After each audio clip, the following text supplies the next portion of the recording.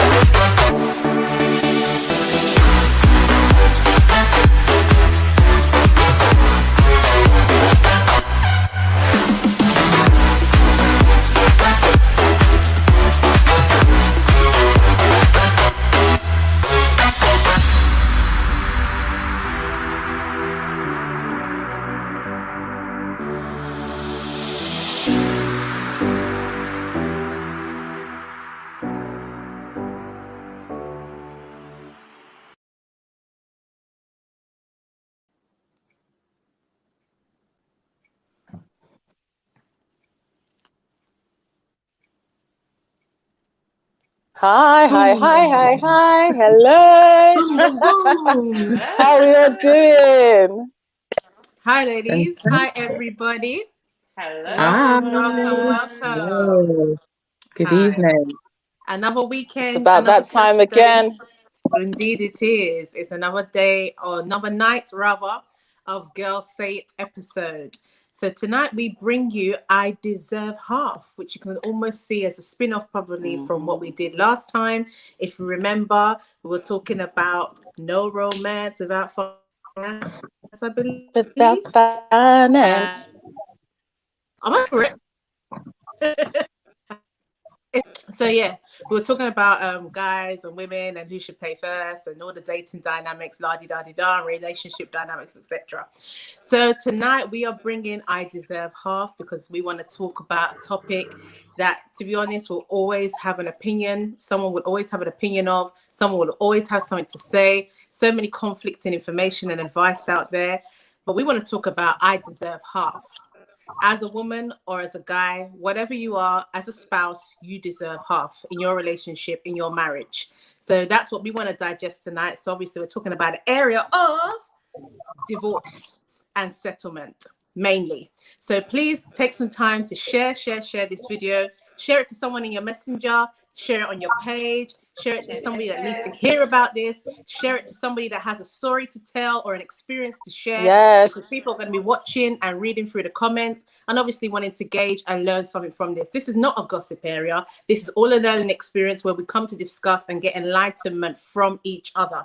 So by all means, share so that somebody can be empowered. Exactly. That may be facing a similar situation. And of course, we can all learn from each other. Now, disclaimer here, we do not know it all. We are not lawyers. Well, one of us is a lawyer. She went to uni for law, and that's Ms. Rona. Congratulations. So we do have a lawyer in our midst, but we are not here necessarily to give you lawyer advice as to how we feel you should handle your marriage decisions or your divorce settlement if you are going through a divorce. But what we do know and what we do acknowledge is obviously some people will be watching tonight that are either going through a divorce, have gone through a divorce, people that are set to remarry one way or the other, those that are maybe contemplating divorce, some people that are having struggles in their marriage. So one way or the other, somebody is going to gauge from this and learn from it. But like I said, it's an area of discussion. It's an area of opinion. It's an area of agreement. Take whatever you want from it. But like I said, we do not give you strict advice because we don't want any of you suing us to say that they said this, that I'm going to sue you for saying this and saying that. So we are putting that disclaimer there just to kind of cover our backs, so to speak. But of course, we will give you our honest exceptions, our honest opinions, our honest stance in this area. So tonight, yes, we're going to try as much as possible to squeeze in our limited time because we're only with you for about an hour. Just slightly, ever so slightly over the hour. And we're going to talk straight up about prenup. We're going to talk straight up about settlements and divorce. We're going to bring it, of course, about children, reasons as to why, which we've come to find out through research, why women in particular tend to be the ones to file for divorce. What are the reasons behind that, of course? And then, of course, we're going to give you examples of people that we know of, and most people may know of because they are in the limelight that have gone through similar situations. How did they handle it? Was it the right way to handle it? But of course, we're going to address things more so on the moral perspective of what we feel might be the right way to go about things. So without further ado, of course, we will be opening a series of questions. We'll be engaging with the audience and seeing what you're writing. So please do feel free to comment.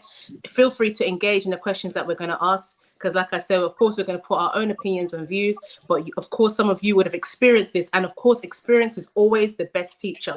So of course, by all means, I will be reading your comments and sharing on that. But let's start with my little icebreaker question, especially because we're women here mainly. And like I said, this is not just for women, it's for men as well. So if you are a man that's watching, please share with your mans as well, because we want to hear from a man's stance as well. Yes, and we will, as much as possible, try to spin off the man's views as well and not just talk about women. We will try and bring the man view as well. But one thing that I want to ask is, why do women initiate divorce more than men? It's a known factor across the board. Why, ladies, do you feel... Very simple question. You can throw a bit of here and there ideas, and people in the comments can also throw here and there their own stance on that or their own viewpoints. But why do women initiate divorce more than men? Ladies, over to you on the floor. Hi, ladies. Just jumping in quick, straight to answer Lady T's question, because of time. So actually, this is the first time hearing of that. I didn't know that women initiate divorce proceedings first. I didn't know that. But that's interesting if that is the case. I mean, I could only think that, well, the only thing that comes to mind is if women are initiating it more than men are, it means that, you know, it's basically saying that women are not happy in marriages. You know, women are tend to be the ones who are probably not the happiest in marriages. That's the only thing that comes to mind for me to think, why are they initiating it before men, if that is indeed the case.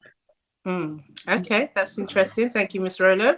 Yeah, I mean, like I said, I've just found a bit of research, and that was the general dynamics or overview that I got anyway.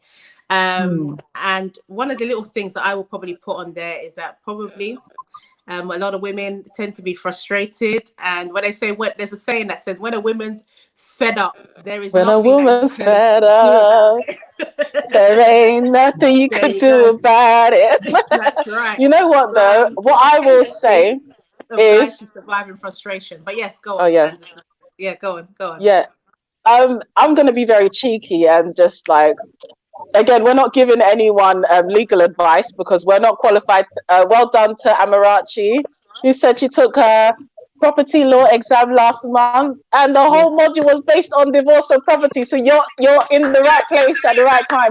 We're going to be picking your brains today. But yeah, what I did want to say was, and again, this is just me being cheeky. Maybe it's because some of these men out there that are not handling their relationships properly don't want to file for divorce because they're enjoying the best of both worlds, mate. Fair enough, your wife might be nagging or whatever at home sometimes, but she's cooked your meal, she's ironed your clothes, she's taking care of the home, and then you'll now go outside and meet someone else who will now be cooking for you and doing this and doing that for you. Are you just enjoying the best of both worlds? So are you really going to file for divorce? Probably not, unless maybe the woman outside or the women outside start to pressure you about leaving your wife. So maybe that contributes. Yes, very, very, very That was likely. in the work. Yeah. Cheeky. And Winnie, what's your take on that? I think Why do women initiate divorce more than men? Let's hear from you too. I actually think it's because women have a bit more high expectations than men, actually. I really do think that. I think the reason why is because women, I think we tend to feel disappointment that things should be a certain way. Well, I tend to find that with men, they're more adaptable, I think. Like when things go wrong, yeah, they have their fair share of contributing to the pain, but I think that in marriage they are a bit more adaptable and a bit more laid back, whereas women, I think we are more fixed in terms of like our expectations, and we follow those expectations right through to the end. Yes, maybe the marriage didn't end up being like idealized as we initially thought, and so what we do is we always use our initial expectations as a measuring bar for the entire relationship. Yeah, that's a good point. Yeah, that's a good point you've raised. And then obviously we have to remember as well that marriage is about growth. People are both, they're two individuals and we're all growing and facing life experiences differently. Sometimes women are accelerating a bit more than the man. And so they're obviously, just like Winnie said, the expectation. Let's just quickly go to some of these comments though. Yeah. So from Emma, the Auntie Emma, Mama Emma. Men do not like to be named or blamed for initiating divorce. Women in general wait for so long, and when it becomes clear it's affecting their health and their children, they take the initiative. So yes, that is very, very true. So I believe a lot of women will probably be doing that to protect their families, and more so protect their children for sure. So I definitely agree with that. But yes, thank you guys. That was just a little mini icebreaker. I think most people will agree that we're on the same page, especially those that are in the comments as well. Because once again, they may have experienced it. Once again, they may know the kind of men that they may have dealt with before and why they felt they need that. I got to divorce you one way or the other. So go on, Miss Rolo. Sorry, I'm just going to take this opportunity before we forget that guys, if you're interested in getting some merch from us, we do have our own merchandise. I just thought I'd check that in the beginning before we roll on and we may forget. So if you look here, I've got a nice black and gold t-shirt that says "Girl, Say It." So if you are interested in purchasing any of our merch, we'll get the details out to you shortly, probably maybe at the end of this video. If not, just keep checking on our page. It will come up at some point during the week. We've got mugs as well. So if you are interested, guys, I know some of you have been asking in our DMs. We've been getting a lot of DMs from you guys requesting if we've got any merchandise. So please patronize us. The details will be on our page this week shortly, if not at the end of this video. Yes, coming soon. That's fine. Thank you for chipping that in as well. Dropping that in. Lovely. So let's stir this up and let's move on because of the sake of time. But yes, thank you very much for that little icebreaker and everybody that dropped their opinions and those that commented. Let's go straight now to the examples and the that we want to lay out there. If we've got the pictures or the videos ready. Now we have some examples for you guys, some famous people. And the reason why we're using famous people is because we all want to understand where we're coming from. We don't want to bring you maybe someone that you don't necessarily know and then you'll be like, okay, I can't really relate to that. But if we bring some people that you may have heard of or know of, then maybe you might be able to form more of an opinion and interact with us along those lines from what you heard or from what you know of the story. And then, of course, like I said before, some of you can relate to that from your personal experience. By all means, share if you want to share in the comments. Now, one of the people that we have put up, and I hope it is still there, is Mary J. Blige. We picked Mary J. Blige because of her experience. If we can load that picture up, I don't know if I should talk about it first, but some of you know that she was married to a guy called Have Isaac. we got it? Oh, What happened? Do we have it? we don't have the picture. That's fine. We don't, but some of you guys know what Mary J. Blige looks like, yeah? That's fine. Okay. No worries. Let me know the ones we do have, but I'll speak about her regardless. Yeah, we hope so. And then maybe you can speak about the other ones. But I mean, Mary J. Blige, Yes. most people in the audience, I hope, should know, was married to a guy called Isaac. And they were married back, I believe it was 2003. But anyway, they were married for about 12 years. Sorry, guys, I need to catch my voice. So they were married for about 12 years, from what everybody knows. And of course, the woman filed for divorce. Woo! So Go on, girl. Go on, girl. And divorce was a bit of a messy one, because it took about 2 years for them to get to an agreement or negotiable settlement. The rumor is, even though it's not been well fixed, is that she, her spouse rather, cheated on her with a woman that's much younger, which tends to be quite common. So he went for somebody that's younger, far younger than she is. And of course that created a bit of issues. Not other than that, I think she was talking about emotional abuse that she used to get from him as well, because of the way she looked, because she wasn't no longer cooking anymore. And of course, imagine, which some of you may know or not know of, the guy wasn't necessarily employed.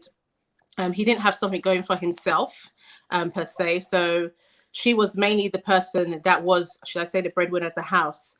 Now, Mary J. Blige was addicted to drugs and alcohol, and that was one of the reasons why she actually fell for this man, because he was a guy that kind of helped her through this. I believe from what I've researched is that she met this person, and he kind of pulled her out of this, and she felt she had found love in a hopeless place. she found love. Like that. So she found love in this man who sometimes, women do. We find love in a man that can help us through our roughness, through our healing process. So unfortunately, she fell into that kind of trap. And at first, to be honest, it may have been love, and somehow along the lines it breaks down. And I believe, obviously, with marriages, people don't just marry by mistake or by accident. Initially, probably the love was there, the understanding, the care was there initially, but then there becomes a breakdown for several reasons, which we'll get to that as we progress along the line. But just to cut a long story short, so yes, this became a messy settlement, and it comes in relation to our topic about I want half, or I deserve half.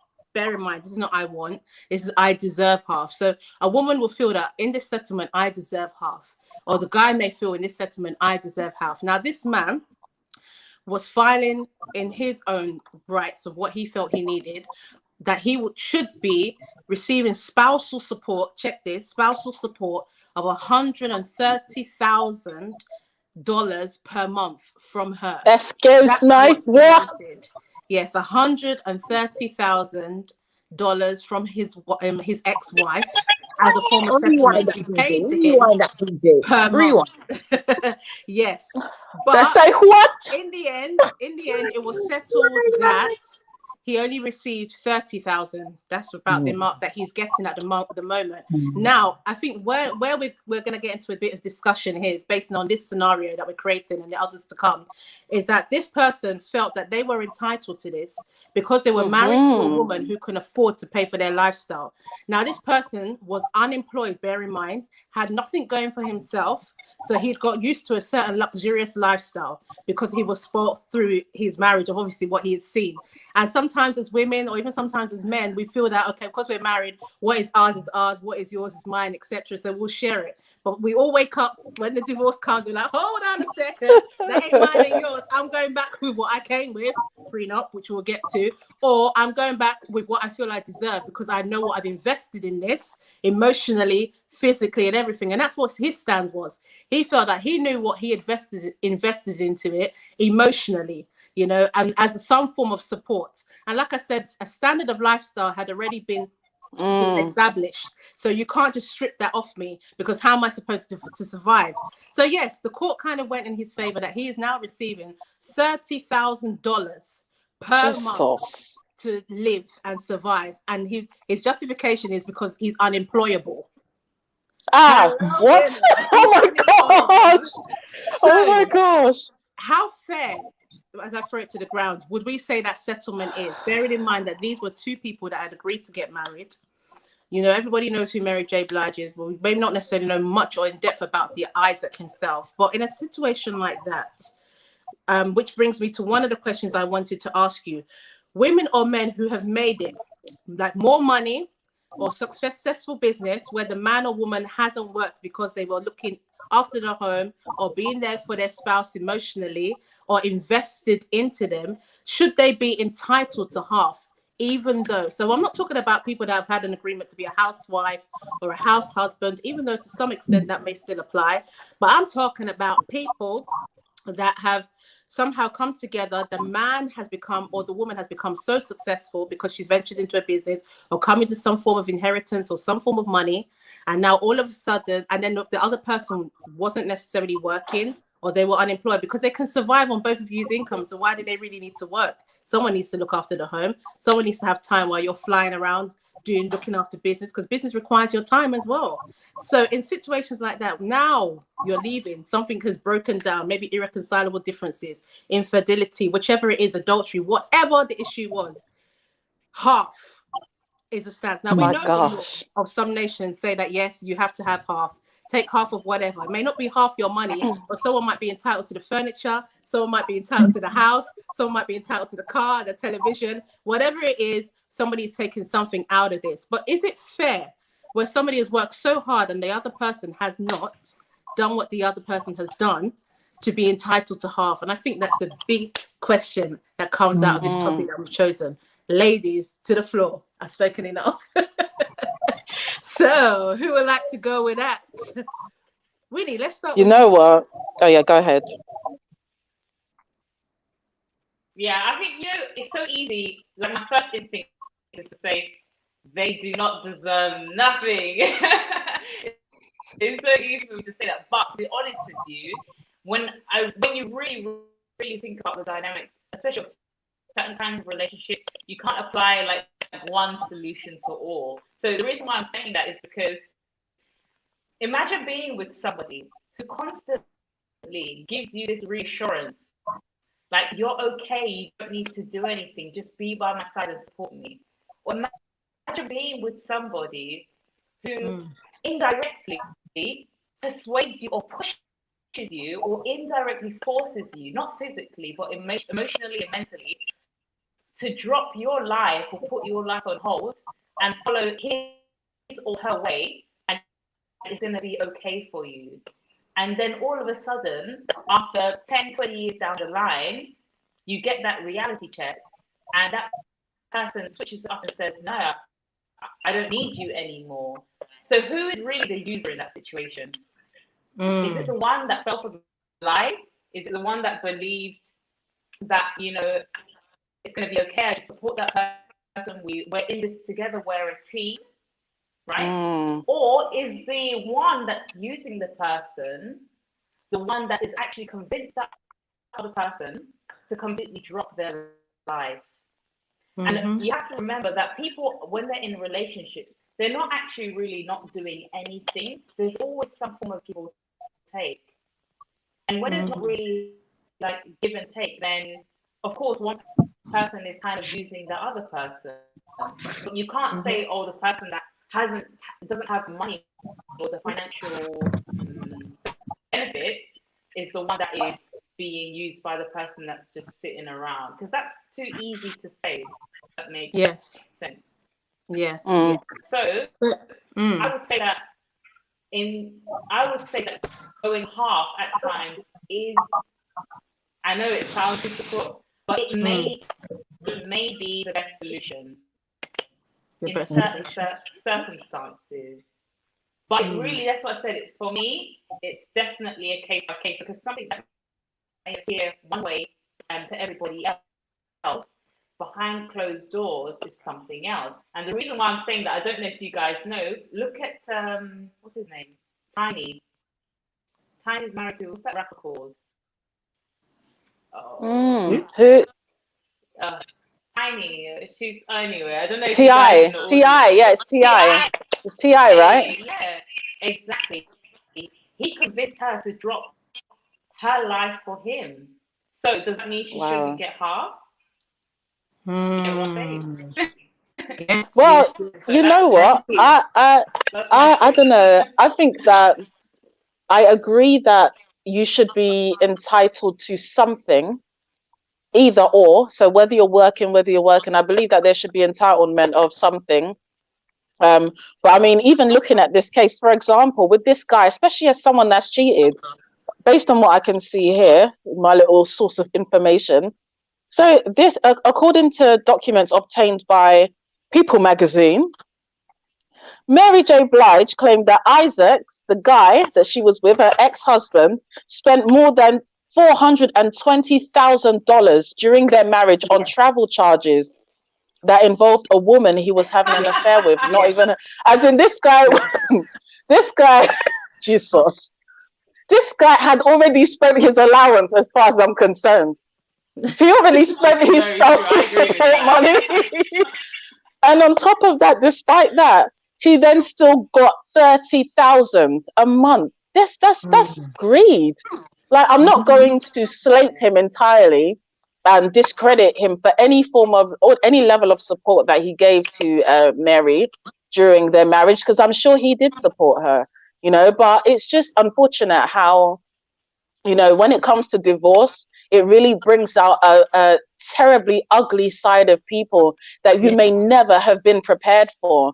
So, you know, I understand that there would be a level of money that an individual or a spouse may feel that they're entitled to, but to stamp on half and be like, nah, I want half, or or to try and dictate the amount of money that you want, I think that becomes a little bit tricky, you know, because especially when you cheated on the person, especially when there was infidelity involved, that's you being dishonest. You betrayed someone's trust. You broke someone. Okay, how about the repair that now needs to be done? Are you going to pay for that out of your spousal support? Or is that left to someone else to now pick up the pieces and then, God forbid, divorce her again later on and start to claim expenses for treating her for the depression state that she was in based on what the previous dude caused? It's really not fair, you know. But I do agree, like I said, that I think that people should be entitled to some amount, but I wouldn't say half. I wouldn't say half unless that person had a huge involvement, which is provable, a huge involvement into that the successful person or the richer person's success. Because we all know as well that once you get married to someone, you are immediately entitled to, well, let's just say everything that is earned during that marriage, depending on where you are in the world, is sort of shared. Whether you have your own private savings in your own bank account during your marriage, that's considered as shared. It's considered as joint. So I understand that there would be some claim, but I wouldn't say half. You didn't say half. Okay. Yeah. Well, thank you, and the slaves for that. So we don't have to necessarily go around the whole block. We're going to move straight on to the next person and the next example, and then span off another question from that. So everybody knows Dr. Dre. It's amazing how we're bringing celebrities from the showbiz, but they're so funny that they're one of the classic people to be going through these things. But we have Dr. Dre here. Yay! And his muzzers. I'd forgotten what her name is, but anyway, this woman has filed for divorce once again. It's her filing for divorce in June. And this one is quite recent. So she filed for divorce in June, and they're going through an ugly, messy divorce. Everybody knows that this man owns $1 billion empire. For those that watch Empire, you're watching the series, this is a good example. But this guy, most people would have heard of. If you haven't heard of him in the music entertainment, you've definitely heard of him through the Beats headset. Beats by Dre, that's the guy. He's been on the business for a long time. Now, this woman wants to come along, and obviously she's filing for divorce. One of the reasons that she said, another common reason that we hear of, is abuse, physical and emotional abuse for the past 24 years. and Try. she believes that she deserves her fair share. So at the moment, this man is paying her $2 million a month up until April, because they're still going through the divorce. Nothing has been settled, so it's an ugly one, of course. So they're trying to get to some form of settlement because obviously he has a lot, and that's how ugly it's getting on their side. Now the trick here, guys, and this is one of the biggest questions I'm going to ask our audience, going to ask you guys, and please put your views in the comment section. This came to an area of prenup. Now, I believe, if I read correctly, initially in their marriage, they had an agreement between them, which is like a prenuptial agreement of what I'm bringing to this marriage, what you're bringing to this marriage. And this man tore the agreement about 2 years after their marriage, because obviously he'd got carried away and thought, you know what, this girl ain't going nowhere. It's going to be happily ever after. I'm in this for as long as it is. So he tore that agreement, and now he's going back on it and saying, well, that agreement, because it was torn, doesn't mean anything. It's still documented as far as I'm concerned. Just because I tore it, it doesn't necessarily mean that it doesn't still stand. It's still kind of in the system. Now, guys, that brings the prenup question. What is our take on prenups? Bringing in what you brought, leaving with what you put in. Now, remember, just spanning off what we did last time about no romance without finance. Remember the dollar question that we had about, if I brought my $1 million into the relationship, is it mine or is it ours? Now, guys, this is where that's a laugh. That money that some of the people in the comments and some of our viewers that watch regularly that said it's ours now, is it really yours? Do you want to leave with that money after you've had a divorce, or you want to split it by half with your partner? But anyway, what I'm trying to ask now is about prenups. Should people be signing? Do we encourage prenups? What is your take on prenups? Audience, what's your take on prenups? Do you believe in prenups? Should they actually be in place? Should people be having that mindset that anything could happen, so therefore I need to protect myself? Or should we be like, well, it is what it is, and if it breaks down, we'll just go half regardless. I'm in this for the ride, but sometimes I know things happen. I'm willing to, go with the worst. Or should we be signing prenups, especially if you know you had more than your spouse or your partner when you came into this? Oh man, that's a toughie. I can't even lie for myself. Yeah, I'll say, if I got married to a guy and this uncle came and now said, oh yeah, sign a prenup, I'll think, what's this guy trying to say? Immediately I would think, does he think I'm going to run away with his money? And my second thought would be, okay, even if, we ended up having a divorce, so this guy doesn't want to give me no money, It's really tricky. For myself, I would hope that there wouldn't be a case of prenup. That's the selfish side of me. I don't know. But if I were to advise others, I feel like I would advise, this is really bad, but I'm going to say it anyway. I feel like I would advise people, my friends in particular, people that I'm close to, people that have assets that need protecting, I would advise them to consider prenups, because honestly, there are just some people out there that marry for the wrong reasons. There are some people out there whose aim, their plan, is to get with you because they see either a potential of you making money, or you already have the money and they want these people are not really doing much with their life, and they want an easy way to Easy Street. So, like I said, for myself, I wouldn't want to marry someone who would throw a prenup at me because it would make me feel a certain way. But at the same time, and I know this is a bit hypocritical, but I'm just saying, I'm just keeping it real with you guys. I would advise someone to consider, not go for prenup straight away, whatever.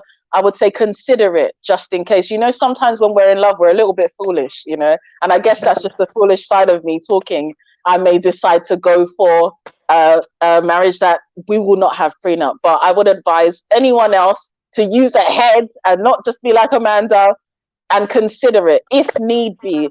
If you feel that you need to protect your assets, then, regardless of what religion you're from, regardless of the situation, regardless of how that person takes it, I don't think that there's anything wrong with it, especially if you're getting with someone who has something, who has a business, who is employed. If they have something, then what's the problem with you agreeing that when we split up, we're both leaving with what we came with?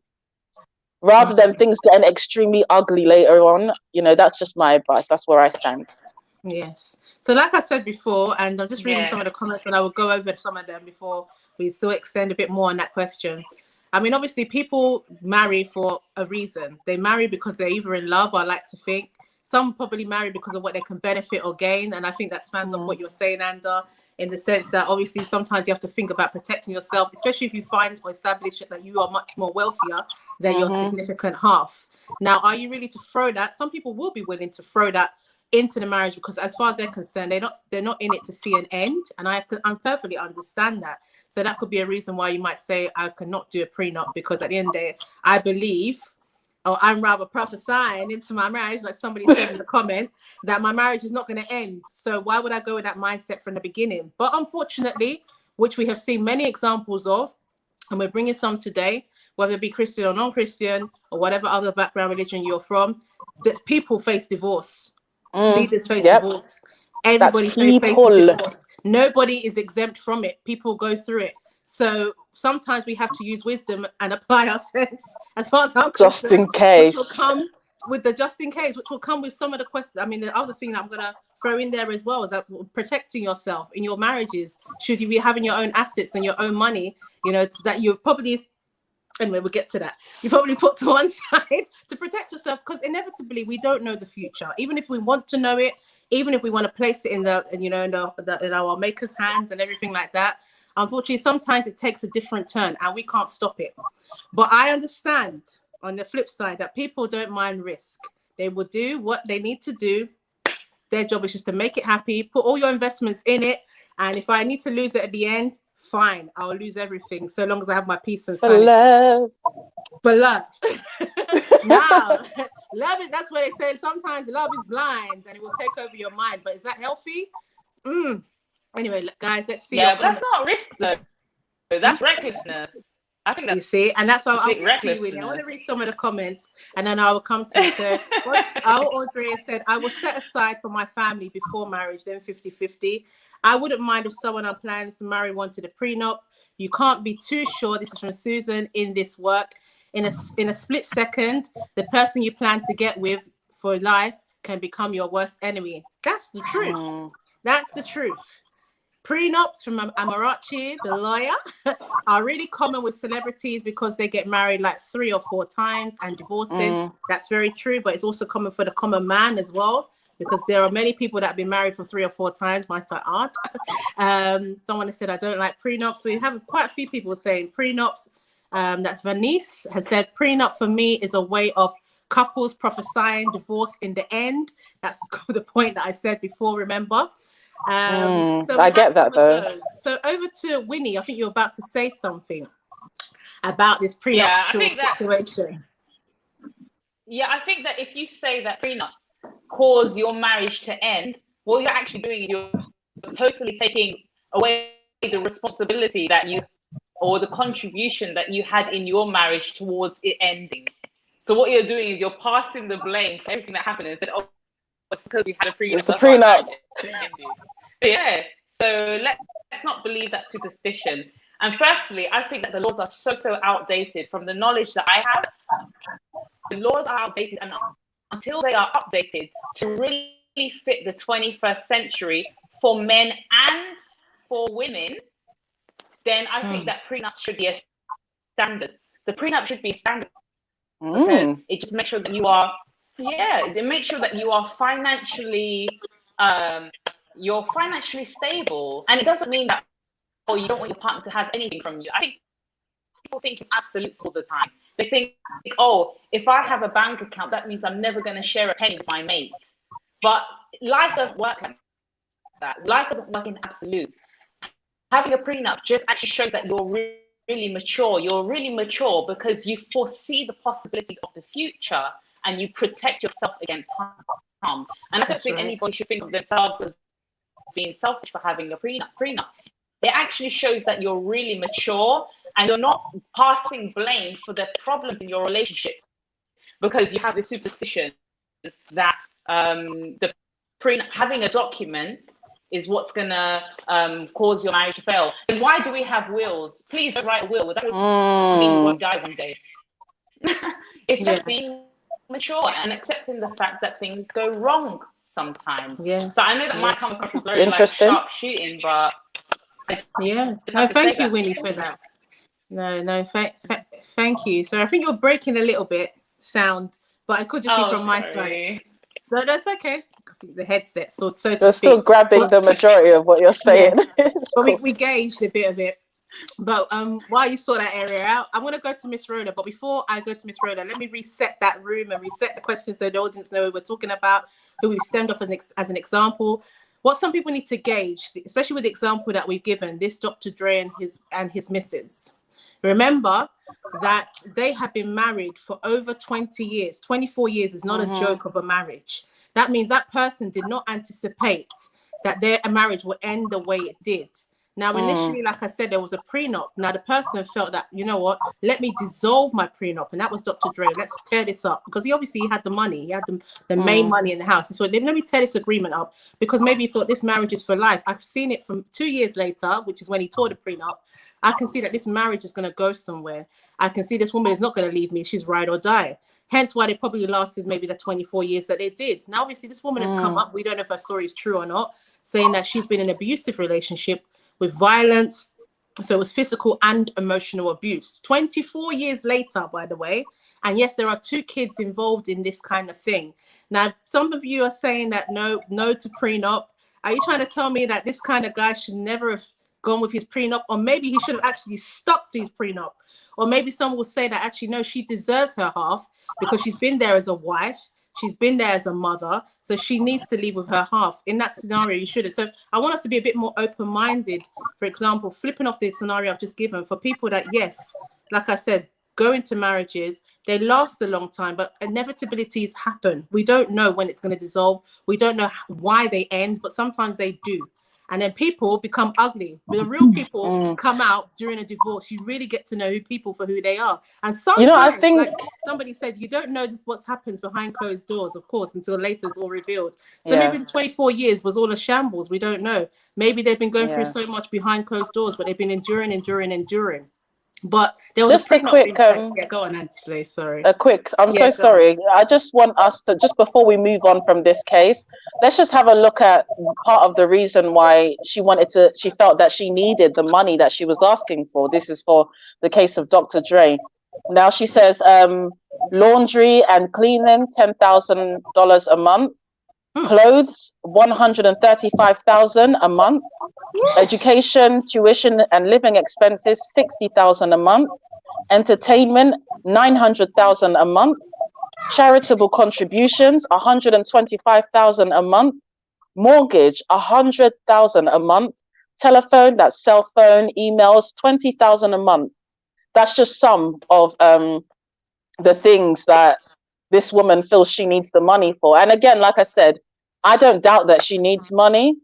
$2 million a month is an amazing amount of money. And to just get that insight as to the reason why she's claiming some of these expenses is quite interesting. Yes, absolutely. Okay, Miss Rhoda, over to you. Okay. So I was just checking if I was unmuted because I was muted before. For me, I would say that I kind of side with Winnie to some extent. At the same time, I like to try and think outside the box. So prenups on one side can actually be seen as a good idea, especially if you're worth a lot of money. So prenuptial agreements are mostly common with those who are worth a lot, the rich, and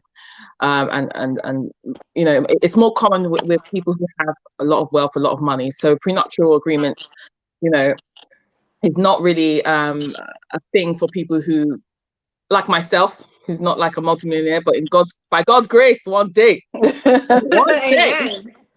I will not need a prenuptial, thank you very much. But so for common folk like myself and yourself, we don't really think about prenuptials when you get married. I think you're just happy to get married, you're just thinking, you come as you are, I come as I am, I've got nothing to lose, I'm not worth a lot. That doesn't even come into your mind. You're just married. Yeah, exactly. But I think when you're worth a lot of money, I don't know if you can approach marriage the same way as when you don't have that much money. Do you see what I mean?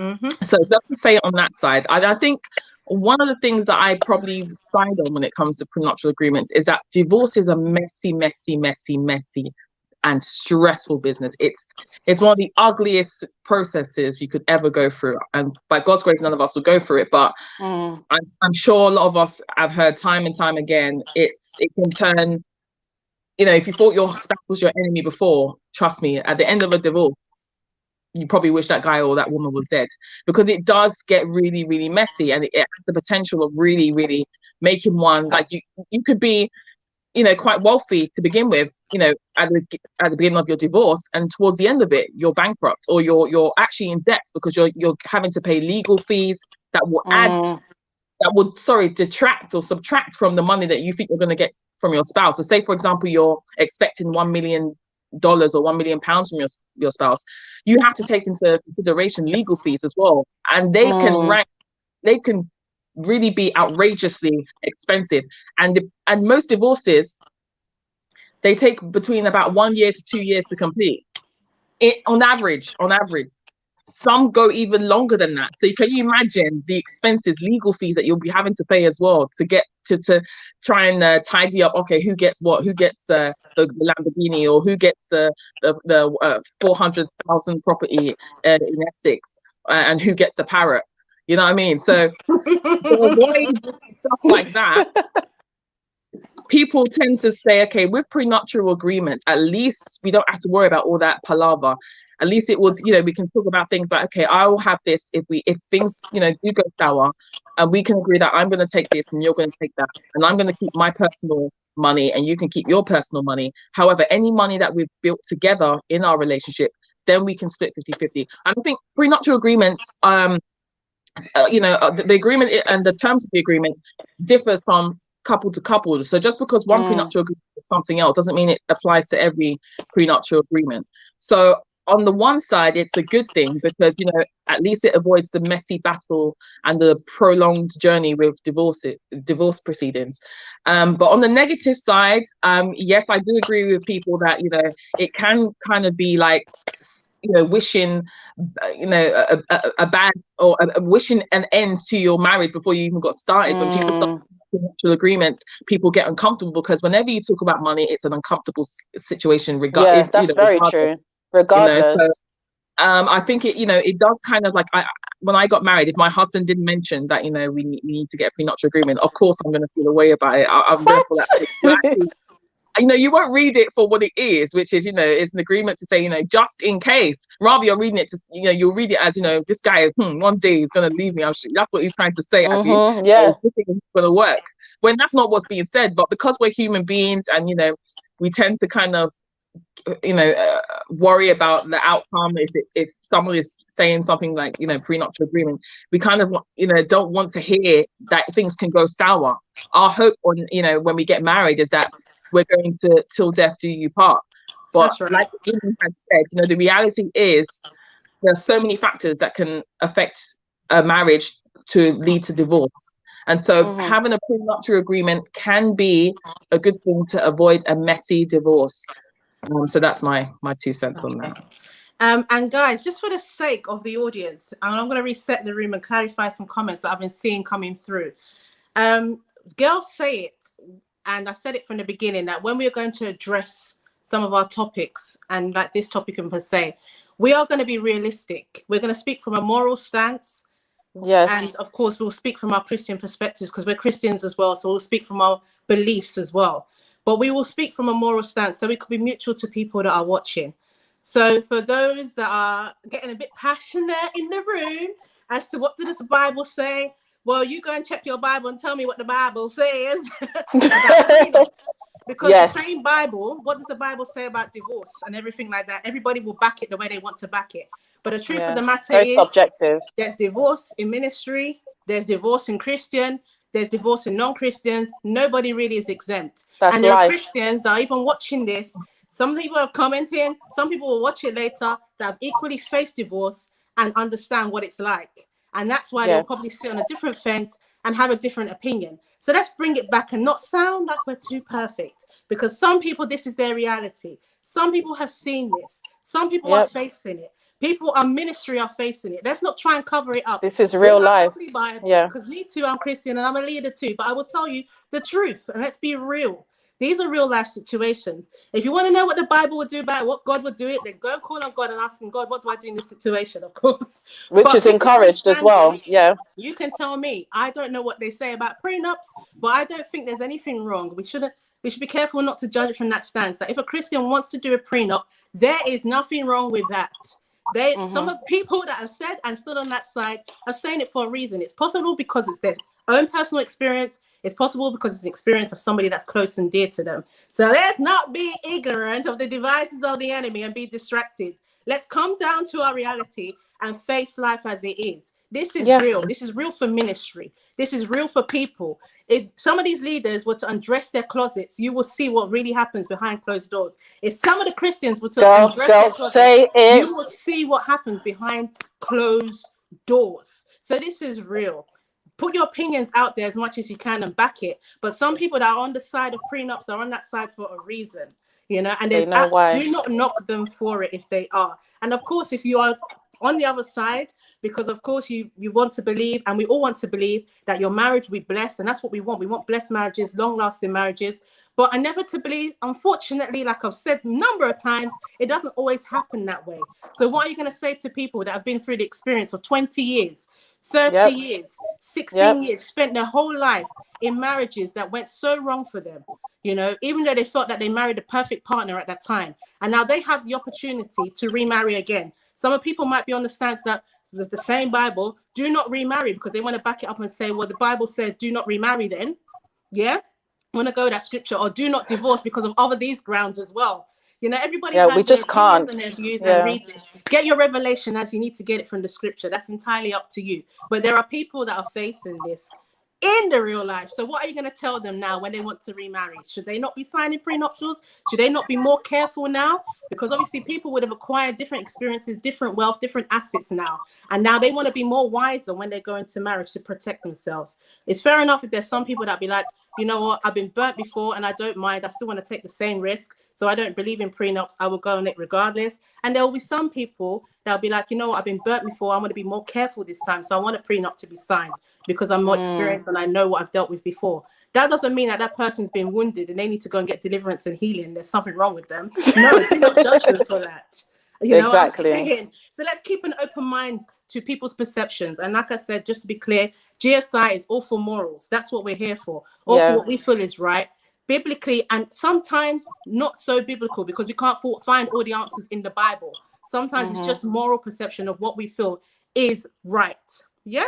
In our own stance. So I just wanted to bring that and clear that for our audiences. So, guys, over to our next question. I just wanted to say, girls, say it. Girls, say it like it is, because it's all about real life. And as just to back up a little bit of what Lady T has said, yes, all four of us are Christians, we're believers, but we also interact and have family and share a world with people who are not Christians. And a Christian divorce can be very much compared to a Muslim divorce. A Muslim divorce can be very much compared to Hindu divorce. And what I mean by that are the people involved, not necessarily the laws that have been set by religions. And the way that we feel as women, Muslim women have feelings, Hindu women have feelings, Christian women have feelings. We all get depressed.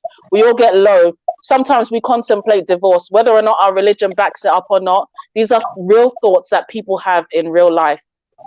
Thank you. Okay, so we have used some famous examples, as you already know. We've used Mary J. Blige, we've used Dr. Dre, because yes, they are people that we know of, even if we don't want to pretend that we don't know them. But yes, we do know them. So we've used those examples.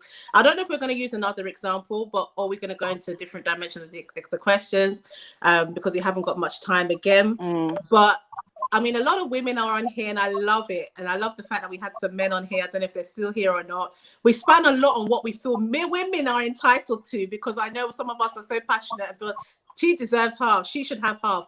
But what if it's the other way round? Yes. And the guy has been dealing with some stirps and now he's getting a divorce. Even if the woman put the divorce, does he deserve half for what he has put in the relationship?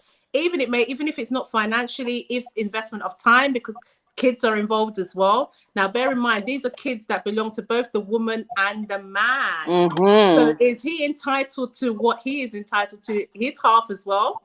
Should men be entitled to half? Let's talk about men, because we spoke about women quite a lot, and I know we gave examples of women. Now, had it been the other way around, should the man be entitled to half? Good question. You know what? Do men equally I feel like half? the truth is, if we're going to be shouting about women, as women, if we're going to be saying, well, you know, after I did this and after I did that, I supported you, I think the same can be said for a man. You know, and this is part of the reason why I said I believe that if you have a certain amount of money entering into a relationship, you might want to protect your assets, not because you don't want men to be grabalicious and grab your money, or your wife to be grabalicious and grab your money, but simply because you need to protect your assets, the things that you've worked hard for. And again, that's not to say that you shouldn't offer any support to the person that you were married to for this amount of years, you know, but just to keep certain things in check, I would advise a prenup again. But yes, should men be treated equally when it comes to divorce? Well, why not? Why not? I can't see any reason why not. A woman can get a job, a man can get a job, a woman can start a successful business, a man can start a successful business. Why not?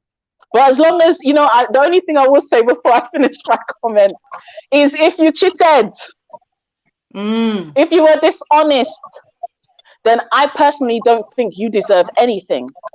That's just my opinion. Again, it's just my opinion. If you were dishonest and you took advantage, and then now have the cheek to come and say, I'm entitled to this amount of money. No, I'm sorry, you don't deserve nothing. But that's my opinion.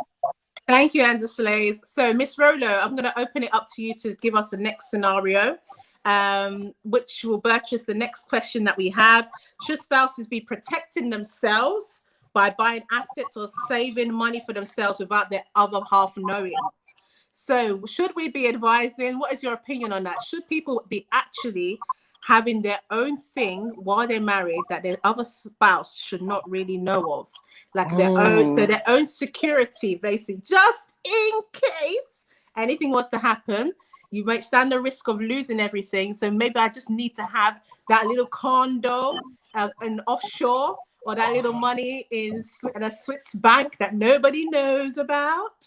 What's your take on that? But please bring the scenario of the story that you had in mind as well, because I think that covers that area too. Oh, should we actually play that? Should we play that before Miss Rolo starts talking? Is that okay? Yes, we have the video. You're ready to load it. Absolutely. So we're going to show you the video that saves Miss Rolo time from talking about it. That's fine. But guys, prepare your answers for that question for those that are watching in the comments. So I'll just read it again before we play the video. Should spouses be protecting themselves by buying assets or having money saved offshore in an account, just in case you can't save it in the same country? Because I believe that some laws say that even if you have your own savings in a particular country, it's still considered something that you need to share with your partner if you were going to have a settlement. So it needs to be disclosed. So some people might be more smarter to say, okay, I'm just going to go and buy my house in Africa that no one will be able to disclose. And my spouse, so should people be doing that to protect themselves? What's your take on that, guys? Whilst we play this video, I'd like our audience to ponder on that question, and please put your comments in the comment section. Thank you. Welcome back to Squawk Box this morning. The world's wealthy have stashed over $300 billion in secret trusts, and it's doing it in South Dakota, which has now become the global leader in sheltering fortunes from governments and tax authorities. Now a billionaire divorce showing how the trusts can also be used against ex-spouses. And Robert Frank, always following the money, has that story for us this morning. Robert. Big as billionaires. They own their own private island in the Bahamas and a 180-foot sailing yacht named after Marie with its own grand piano. It was over the top. Now, Marie Beausarge fears going broke. Ed filed for divorce in 2017, and rather than getting half of a fortune she estimates at over $2 billion, she may wind up with nothing after paying legal bills. All because Ed Bosarge discovered an obscure financial tool that critics say allow the rich to hide their wealth from tax authorities and from spouses like Marie. What was it like when you realized what was really happening? I cried. I was in tears. I could not believe some of the things, that I found out. When they married in 1989, Ed Bosarge had little reported wealth. Out of their home, they started a financial trading company called QuantLab that has since become a multi-billion-dollar business. They indulged in unusual tastes. She collected Marilyn Monroe memorabilia, including Marilyn's bras and furniture. They bought an Egyptian mummy for $5 million and the famous piano from the Paris Opera House. In a lawsuit, Marie said that during their marriage, Ed secretly put virtually everything they owned into a complicated series of trusts, first in Bermuda and then in South Dakota. South Dakota gives trusts sweeping protections and secrecy, allowing Ed to transfer their assets into new trusts that shut out Marie, all without telling her. If he's going to take everything from me and stop my world, that's kind of fraud. I mean, that's his duty as a husband. Ed's attorneys declined any comment, citing court orders. In filings, they argue there is no marital property in the trust. Ed refused to answer questions from CNBC. What if it ends badly for you? What do you do? I don't really know. I don't have a plan.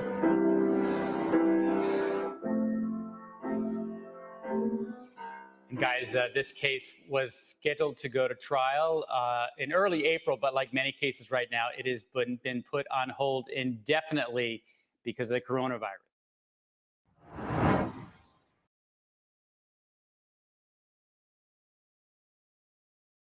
Okay, Just wow, man. Just wow. Thank you.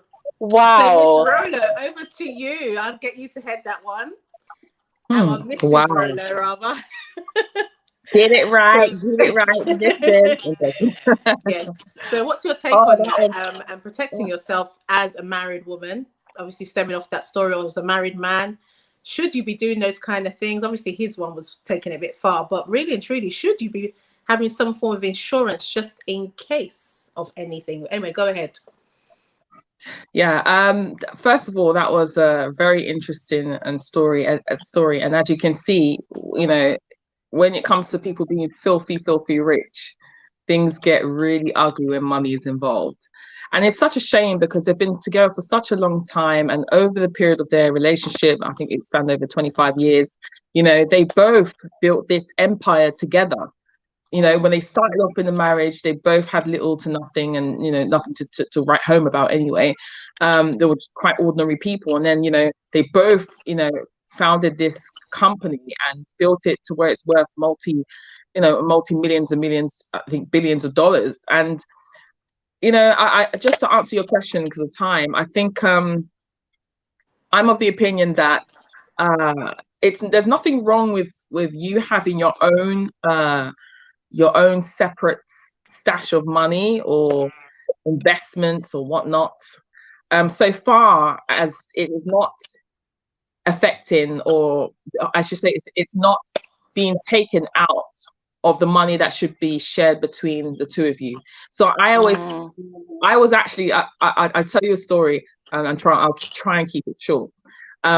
Before I got married, way before I got married, and I was a young woman coming up, I remember one of my aunts saying to me at the time that, it's very important that a woman has her own money that you keep on the side without your husband knowing. Mm-hmm. I'm not saying I'm practicing this, so if you know my husband, you don't need to tell everything. And this auntie is a Christian auntie. She's a Christian auntie. In fact, she's a pastor missus. She's a wife to a pastor. So yeah, if you want to bring the biblical side to that and bring all this Christendom to that as well, they're Christians, right? So she said to me, look, point blank period, it's important for a woman to have her money, separate from what the husband knows about and has, because in her opinion, men are not good at really managing finances, in the sense that, you know, if anything is needed in rainy days or grey days, you know, they're not really good at, I guess, managing finances in that aspect. And they may be a bit picky or particular to what is important to spend money on than not. So as a woman, you know, as women, she says, you know, we are the ones that really take care of the home. We know what's important, that we know what is missing. We know what needs to be bought to make sure everybody is okay. And so it's important that, you know, also in case anything goes wrong, you're protected. So that was generally her view, just very generally. And so I kind of will say that I agreed to an extent, but to break it down even more, you both should have your finances together. You should both, you know, ensure that, any money that's come out of a business that we've got together, it should be split. I think there should even be documentation saying that, you know, if the business is worth this much, then, you know, however much the business is worth, we are entitled to 50% of that, irrespective of what you do with that money outside of whatever. Because in this case, it sounds like they've built this multi-billion-dollar organization, and he's taken money out of the organization and put it into trusts or some sort of trust setup relationship that he has that's quite complex. And the issue here is that the city, or I don't know whether Oklahoma is a city or town, is it Dakota? What's the city or town called?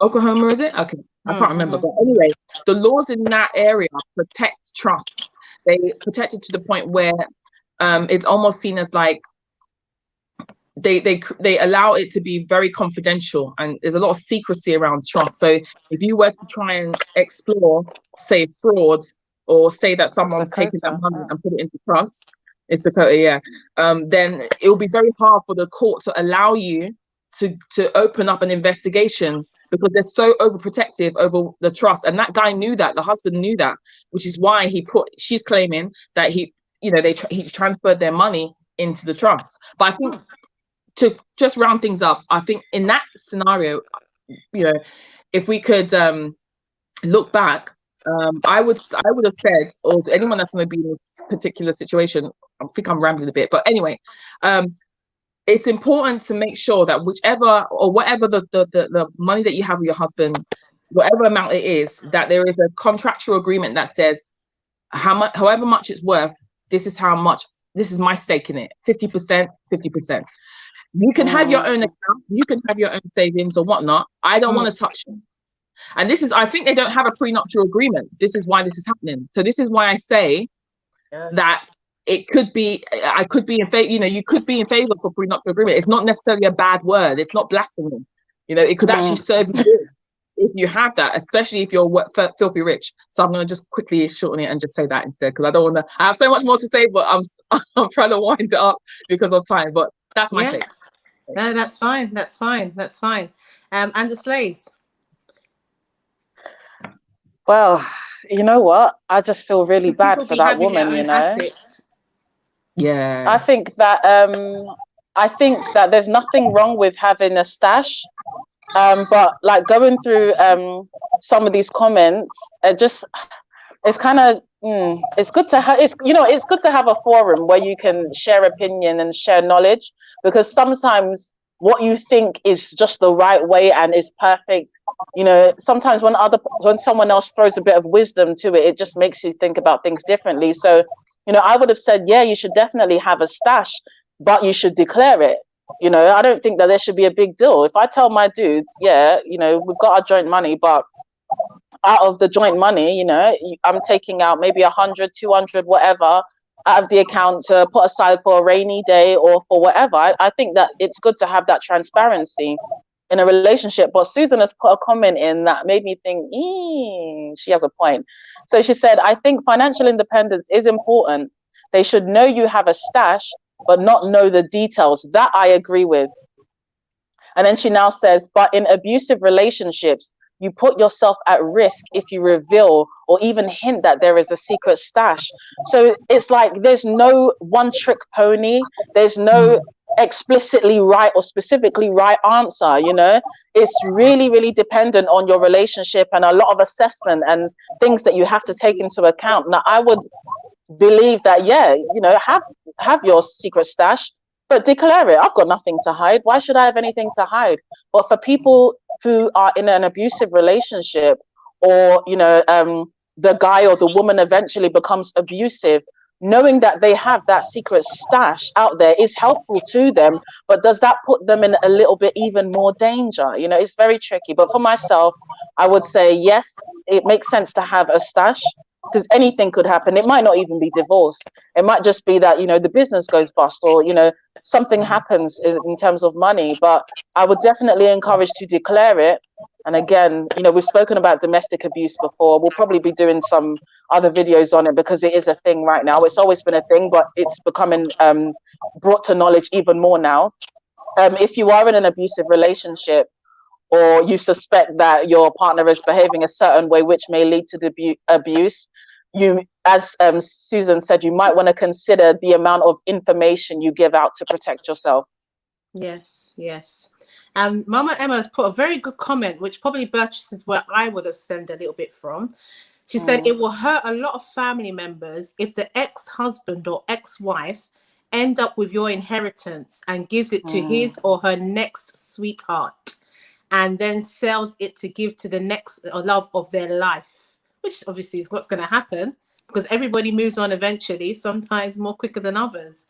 And the chances are, I think it's just a case of testing the dynamics of your relationship. So obviously at the beginning, everybody's in honeymoon period. You know, why would you be thinking about that at the beginning? Okay, I need to go and start saving a secret stash just one day into your marriage or 1 week in. No, obviously you need to see the dynamics of how your relationship is going. And of course, if you can see that this person is becoming a danger, obviously if you're facing some form of domestic abuse, and you can see that this is not going to be ending right for me, I need to find a way out of this, even though I may be struggling to find a way out of this. It might be just a bit wise for you to come up with your plan B of your insurance in the background. But of course, if you're having a happy, really deadly, blissful marriage, nothing's going wrong for you, then of course your mindset would not be in that direction, and it shouldn't be really. I feel that this is more for people that maybe as their relationship is progressing over years and they're looking back at their relationship and things have gone wrong, even though there may have been forgiveness along the line. But unfortunately, sometimes it's once bitten, twice shy. So you have to be careful. You be like, okay, though I may have forgiven you for the slap and the punch that you gave me, though I may have forgiven you for the woman that you went to go and sleep with at some hotel when you told me that you're going to work.